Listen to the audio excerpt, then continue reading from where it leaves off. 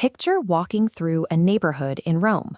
Colorful sheets hang between balconies, shirts swaying in the wind above the cobblestone streets. It looks like a postcard. And let's be clear right away, air-drying clothes is not a sign of poverty. It is the default for most of human civilization. Across Europe, in places like Italy and Spain, apartment buildings are literally designed with drying racks built right into the balconies. The sun is free, the wind is free, and people use them. This scales to some of the most heavily populated, technologically advanced places on Earth. You'll see families drying their entire week's laundry under the sun in Tokyo, Cape Town, and Mexico City. Now land in a suburb in Ohio. You will see clean streets, green lawns, and absolutely zero clothes hanging outside. In fact, in some American neighborhoods, if you hang your laundry outside, you can actually get fined.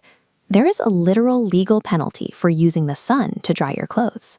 Roughly 80% of the world's population air dries their laundry for free. Meanwhile, the average American household does about 400 loads a year, paying hundreds of dollars in electricity to do what the wind does naturally.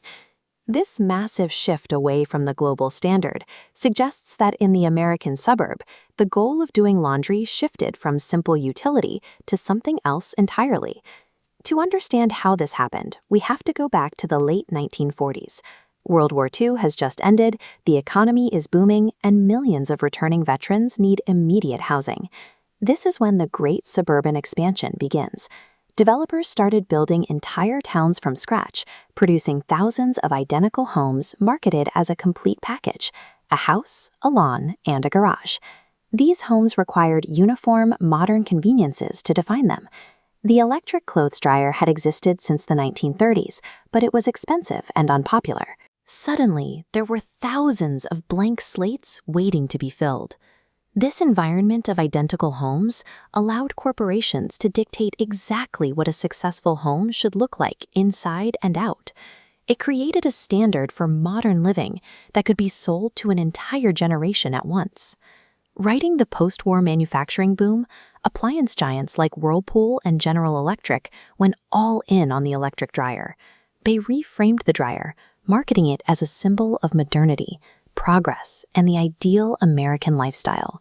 To sell the machine, they had to stigmatize the alternative. Advertising campaigns actively framed the clothesline as living in the past. It became associated with the old world, with poverty, and with not having made it. The marketing worked. The dryer became a mandatory status symbol, required to prove you weren't poor. By the 1960s, dryer ownership had exploded across the country. As the suburbs grew, a new power structure took shape alongside them: the Homeowners Association. HOAs formed to protect property values by maintaining neighborhood standards. But because clotheslines were now branded as low income, they were deemed a threat to the image of a well-kept suburb. The argument was aesthetic. A clothesline looked messy, so it didn't fit the vision of a wealthy neighborhood.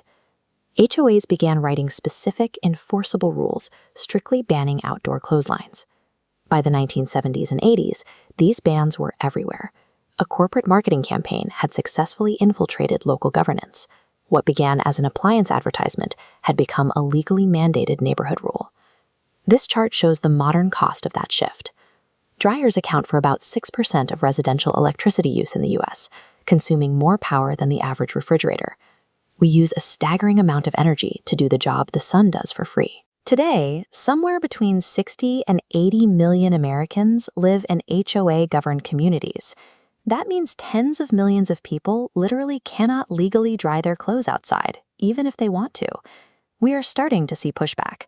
States like Colorado and Florida have passed right-to-dry laws limiting HOA bans. Meanwhile, in Europe, rising energy costs have made outdoor drying more popular than ever. America didn't move away from the clothesline because it was broken.